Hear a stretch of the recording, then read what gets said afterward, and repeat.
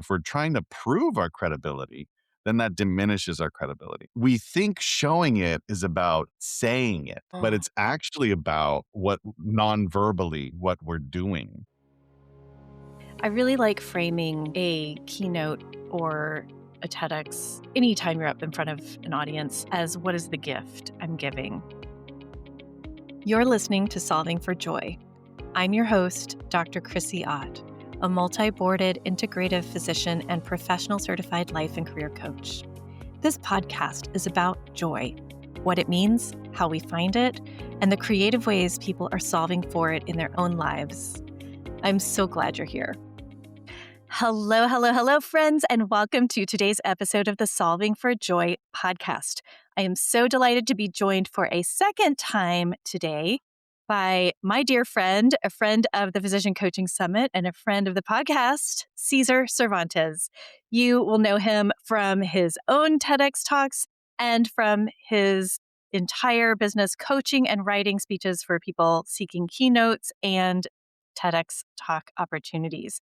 Cesar is an amazing resource and has a fabulous new book out from last year called Great Speech, which I highly recommend if you want to give transformative presentations. Transformations instead of presentations. Cesar, so glad to have you back. Let's have some fun. Let's do it. I'm so excited. Thanks for inviting me back. It is my pleasure.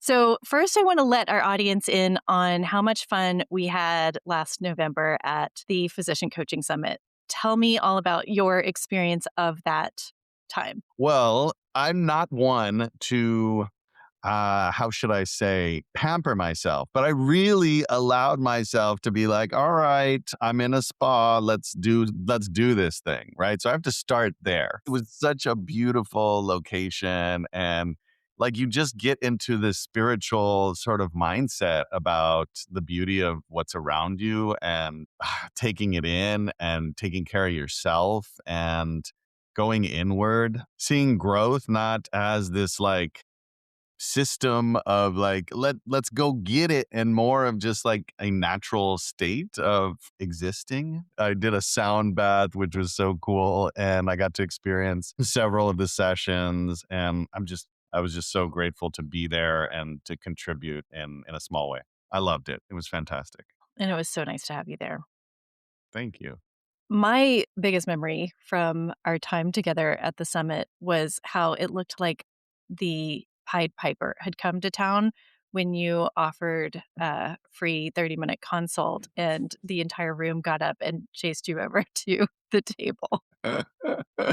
Well, yeah, the session I thought was fantastic. And like you just bring folks together who are so engaged and they are incredible students and learners. And I think, that is something really special about physicians is that they love school, which I totally was not like my experience. I didn't fall in love with educating myself until college. My public school education was not something that was exciting to me.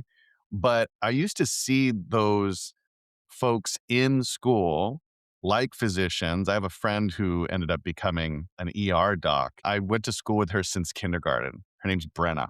And I remember her not only being good at school, but loving it, right? Like she was there, she was doing it, looking around and just attentive.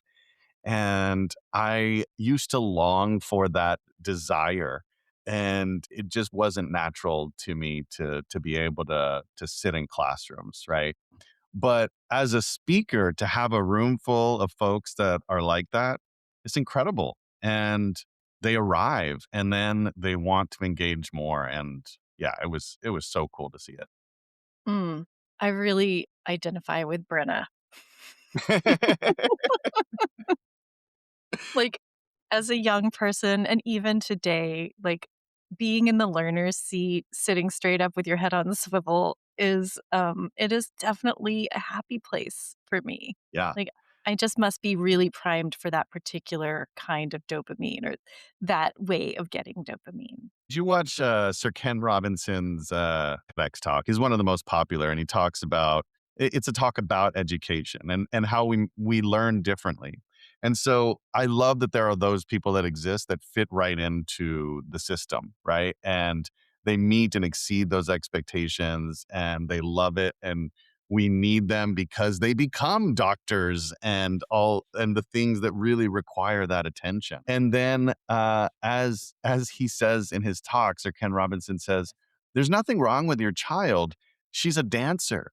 And so we all sometimes we can get used to a certain way in which we learn or think or do, and then we compare it to others. And it has nothing to do with how someone else might need to learn, right? Or how their body works, or it's just we occupy different spaces. Yeah, I'm absorbing that deeply. I asked my daughter just this morning as she was headed off to school, "What are you excited about academically today?" I was just trying to, like, prime the pump so that there's a Sure. possibility of excitement. I don't think she had a direct answer for me. That's not the phase that she's in. But hey, I that was my, swing and miss at parenting this morning. That's all right. She hears you. The priming still happened. Thanks for the validation. We are all about solving for joy. What is going on in your life right now that is bringing you meaning, alignment, and delight? Oh. Well, let's see. I'm speaking more these days. So much of my life has been at the last 5 years about coaching, and I love coaching. It's deeply fulfilling, and I love helping create speeches and talks and helping folks with their delivery, etc. But recently, I've been invited more to speak more and have started recording my talks again. And I'm working on a new speaker reel. And there's a couple of topics that are bubbling up that I feel like I want to deepen my own learning in. And one of the best ways to do that is to speak on that topic and to teach. And I believe because you're learning with folks and they feel that energy from you, that it's like, let's figure this thing out together. Yeah. Look at what I went and taught myself, look at what I just went and consumed. What do you think? Isn't this cool? So that has been reinvigorating me, being back on stage. I just did a 2-hour workshop for NSA North Texas and just got back 2 days ago. And it's exhausting and invigorating all at the same time. So professionally, that's kind of what's going on that's bringing me joy. Personally, my family and my daughters are teaching me things, and we I'm going to get a little vulnerable here, but they're so smart, as you know. Your children always surprise you at their development and where they are and what questions they're asking. And we have a 7-year-old that are you familiar with love bugs, Chrissy? Yeah. Mhm. So, love bugs are everywhere right now in Houston. It's their season, and they literally fly into your face and on your body, and they're connected. Mhm. They are in the midst of loving. They are in the act of making love. Okay. They are. And so then, questions come with all of that. And, for a 7-year-old, you have to go, how much do we give? What's the appropriate amount? But you want to also, the questions are the key, right? The questions are the indication that there's a readiness. There is a desire to learn, and you want to be, as a parent, the one that they feel like they can come to, right? And this balance is really interesting because sometimes you're not ready. You're not ready to, Yeah. um, and it never fails to surprise me how not ready I am for the next phase of development and the next conversation. And I just think one of the things that I learn is to trust that it'll come and that you can always repair if you're not the best at it. But what I don't want to do is not trust that there's a readiness in my child because I'm not ready. So I'll share that. There are so many humorous ways to miss the mark. I will share, like, from a parent to a parent, but I love how you are aware that their question is the key, And what it lit up in my brain is this single piece of wisdom. I think it came from the curriculum of Our Whole Lives, which is an age appropriate curriculum around our bodies, our sexuality, comes out of Unitarian Universalist churches. The main thing is the first thing you always say is, I'm so glad you asked. Yeah. Yeah. So always like celebrating that they had the question, even if you feel like you have just been thrust on stage without any script. Like, I now have to improvise something that you will probably remember your whole entire life, but probably not really. It's just like feels like pressure. So I'm curious, like what did you say about the mating love bugs? Well, first I'll say that, like, one of the things I remember too is like you can put a pin in it, right? You can go like, "Oh, that's such an amazing question. Can we talk about that After I tonight?" prepare, after I I gotta go. consult with ChatGPT for a second. I gotta go get my thoughts together on this thing. And then like, I don't know exactly what the level of interest is always, right? So sometimes you can give a little and then it's like, that's that, okay, I'm good with that. Like, that's enough information, right? So that's one lesson is like, doesn't have to be a perfect answer in the moment. You can go, just as you say, so glad you asked. I want to talk about this, but can we do it a little bit later this evening? And then to your next question, which was, okay, what was said? Well, fortunately, my wife took the initial question, right? Because that she asked her, and then I was looped in later, as so often it happens with dad. Um, dad's dad's like, "Hey, this," I get the summary, like, "Hey, this happened. Just want to let you know if you'd like to contribute to that conversation, you're welcome." It was just striking because Stephanie came to me and she was like, "Hey, this happened, and I didn't pause. We talked, and I was like, well, I would have liked to have been there, but also she did a great job. So basically, she was like, "Well, look, yeah, that's here's what's going on," and she knows a lot already. She knows anatomy and what the purpose is of anatomy for most things, right? But we hadn't gotten to that stage. So she did it in such a way where she was asking questions and saying, "Well, you know the anatomy and what that's for." And we've already shown her like some books with pictures in it that are age appropriate, and she knows what testicles are. Here we go. We're saying testicles on your on your We can say podcast. testicles. My daughter recently learned what a scrotum was, and so we're all about accurate labels for body Right. parts. So then it was like, the egg in what the egg is, right? And so we have to get what's inside those testicles to make the baby. So they have to get there. And she sort of pieced that much together and was like, Yeah. Just like, "Oh, "That's enough for now, thank you. yeah." That's all And I need. yeah, yes, Let's not yes. go any farther, dad." But also, was kind of like, you have to have the conversation of like, hey, not everybody your age is having these conversations. And so, your responsibility to your neighbor is also important. And so we have that question. But this was really funny. So I'll give you this. She's had a crush on this boy, and it was like, well, I did want to marry Caden, but I don't want to do that.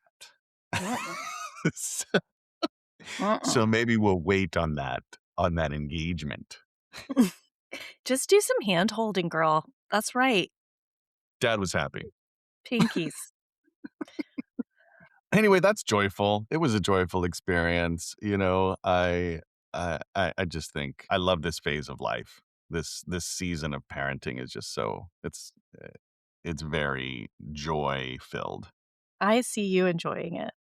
Let there be no doubt. I see you enjoying it. I know that you celebrate it publicly every time you have an opportunity to. So I try. it's visible. Your joy is visible. Thank you. So, what are the topics that are exciting to you for these talks that are growing? I'm curious. I feel like it kind of flows with the educating yourself, coaching yourself, self-assigned research project and presentation. Tell me, what are those topics that are titillating right now? So what I've been doing so far is this last year was because the book was coming out and getting all of that really squared away. It was a lot about structure, and so I talk a lot about structure because it's one of the easiest ways to make a huge improvement very quickly. And so that's the talk that I gave at the summit last year, and I really think it helps people make a very quick light bulb, like, oh, I can do this. Oh, now I can plug and play. And it Mhm. gives them confidence right away. And so love, love, love structure. And it's always made sense to me to create visuals and simplify. And obviously, structure is not going to solve every problem. But again, it really is a perfect way to begin. And so, what's coming up now, two things. One is getting deeper into storytelling and sort of what's happening within story and how we create emotionally charged moments within story and how the through line of a talk becomes alive in a story. And the story is really widely applicable, and I think sometimes there's some really simple things that we do when we story tell that if we just made like 3 adjustments, our storytelling would massively improve, right? So that's one I'm digging deeper into and more excited about. And the last one is about delivery and what it means to show that you're credible. So one of the things that folks really struggle with, one of the most common things we do when we deliver a talk or create a talk is we make ourselves the hero of our own talk. And a lot of times if we're telling a story, we end up being the hero of the story, right? Which is a common thing to do. And one of the reasons we do it is because we're trying to show our credibility. But actually, you're already a credible person when you're on stage because you're on stage and you're up there. And so, what we want to do is avoid diminishing our credibility. If we're trying to prove our credibility, then that diminishes our credibility. So, we think showing it is about saying it, but Mm. it's actually about how our what non-verbally what we're doing. And so I Embodying it. exactly. What is your body doing? What is the pitch of your voice doing? What is the cadence doing? All of those kinds of things that again require more nuance but are super important towards communicating the right things whether we're on stage or in a conversation. I'm digging deeper into, and it's really funny, of course, when you start teaching yourself you start to see all of the things in your own in yourself where you're like, oh gosh, I do that thing. I definitely have that experience. I do that thing plenty. Uh, Which one? I'm like, my brain is actually probably busy going through files of memories right now, matching up to all the different versions of both of those things I do. I remember the first time I tried to write a TEDx talk, it was basically like autobiography. It's like, I mean, it's a very cute beginner's moment. Yeah, and that's and we have to begin, right? What we don't Mhm. want is to be like, "Well, I'm doing that or I did that, therefore I quit." Right? That's not the answer. Nope, that was just my shitty first draft. Exactly, exactly. I'm thinking about embodying credibility now. And, the theme of this year's summit is about relating. And I see that being, these are tangentially related at least. Like how does one relate to the people they're speaking to, communicating Mm, with in an embodied way? And how do we avoid missing the mark by over announcing our credibility? Everybody knows when you've heard somebody do it. I'm thinking back to a National Nurse Wellbeing Conference that I went to a couple of years ago, and one speaker in particular, she was a very nice woman. She was probably the least credentialed person in the room, mhm, from a healthcare professional standpoint, but she went on and on and on about her qualifications instead of right, getting to what she had to offer. right. And it was painful to witness, Yeah, absolutely cringeworthy yeah. for every single person in the audience, like, "Please just make it stop. Oh my god, please stop." talking about Yeah. yourself right now. Where is the gift? What are you going to be here to share with us? I really want to hear what you have to say, but I don't need to hear any more about what your undergraduate degree was. Like, really, too Right. much. Yeah, I'm here. I'm here. I'm ready. And really, most everything that we think we need to share could be done in the introduction, right? So have somebody else do that introduction and say, here are the credentials, here are the things. And then anything that we need to know that's connected to your credibility, you can tell us while you're telling us the thing, right? So when I was teaching at Colorado College, this thing happened. Okay, cool. So you were teaching there. That's great. That's That's right. and Oblique reference. yeah, right. But it's important for you to know because it sets the stage. And here's where I was, and this, So Mhm. it's needed information, right? It's Yeah. exposition as opposed to credibility signaling. And yeah, that's exactly right. Your audience is ready to receive the gift. I really like framing a keynote or a TEDx or anytime you're up in front of an audience as what is the gift I'm giving. I think the first time that I went to any like online informational webinar about planning a talk, there was like a meditation beforehand. And so I invite anybody who is contemplating anything like this, anytime you're going to get in front of an audience, to actually close your eyes and zoom out. They actually had us zoom all the way out into space in our mind's eye. So we're Yes. looking back at the beautiful blue marble with love in our hearts. And then, like, what is the most important gift you have to give? What is the flash of insight? What is the understanding that you want to give? Yeah. And moving into that space of generosity and outside the space of how does this serve my, little me self improvement project, my little me self celebration project? Like, God bless Oh, our egos, they're necessary, but they don't need to be driving all the time. yeah, I think that's exactly right. And that exercise is helpful. There's two things that come to mind. One is that when we start thinking about just certain gifts that we have that we were given in some kind of way, developed, and that doesn't have to be about credentialing, right? It could be about what brings you joy, and that's why you're sharing it. I happen to be someone who always was comfortable on a stage, and it both brings me joy, and also I can teach you about that, right? And it's like, and then teaching you brings me joy. And so I just think when we think about it like that, it alleviates this thing where we have to prove something. The other piece of it is once you're disconnected from that and you realize that we're all a part of this sort of collective consciousness and we're all tapping into the same thing. If we're all part of like the source, then everything we share is coming from the source. And so, like, remove yourself from it and it's more likely to be received by others. I think Oh. anyway, those are the two things that come to mind. I'm just letting that land because I think that's so important. The deeper we go, the truer it gets, right? That's right. When we remember that we are actually just a conduit for source, it's much more likely to not miss the mark. Right.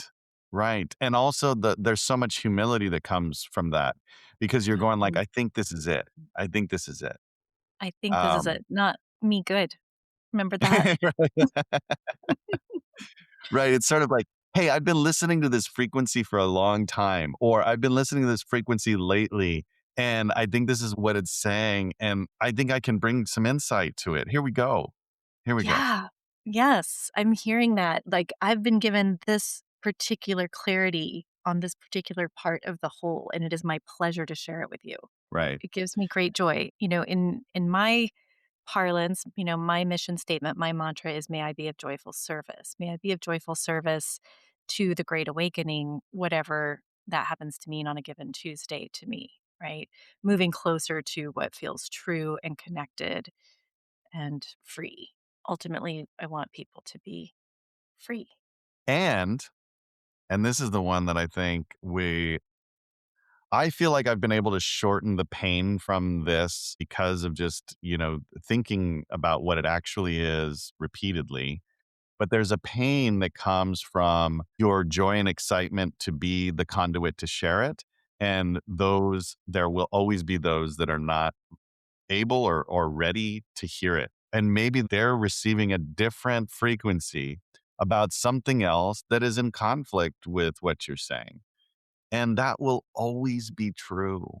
That will always be true as well. And so if we think that if we're tapped in as well as we can be, and this is it, this is the interpretation, and we think just because that's clear that all of a sudden it will be there for others, now we're back into ego. Yes. It's a slippery slope or a razor's edge, and you can go back and forth within 2 breaths, Right. like being in the zone, in the slipstream, and then back out of it.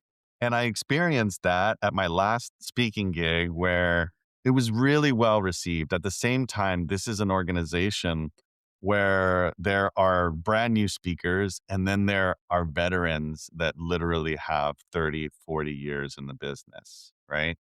And there's always anytime you have that room and you're on stage, you always feel like, okay, I've got this pocket. And then you're checking in with the critics that you know, literally in the back of the room. That's always where they sit, right?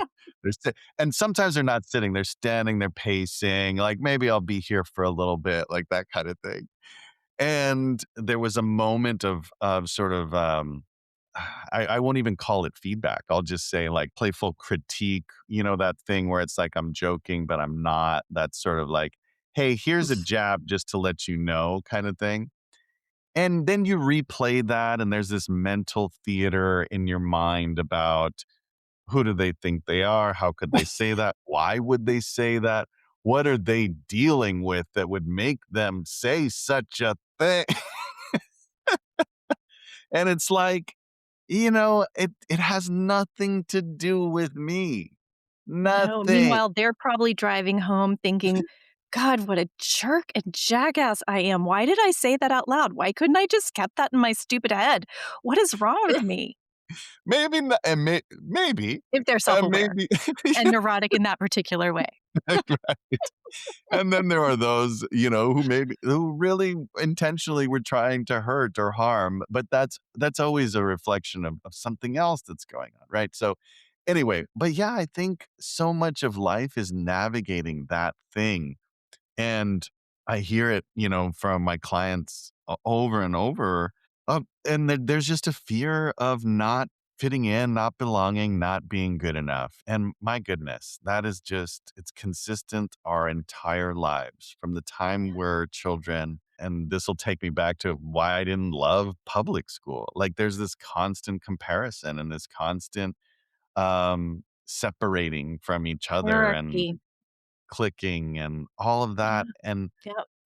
in a way, it's weird because this is we homeschool our little ones. And in a way, there's this argument that's like, well, that's life, prepare them for it kind of thing. And that's part of socialization and et cetera and et cetera. And there's a piece of that where you go, okay, like if you don't have another option, you can view it this way.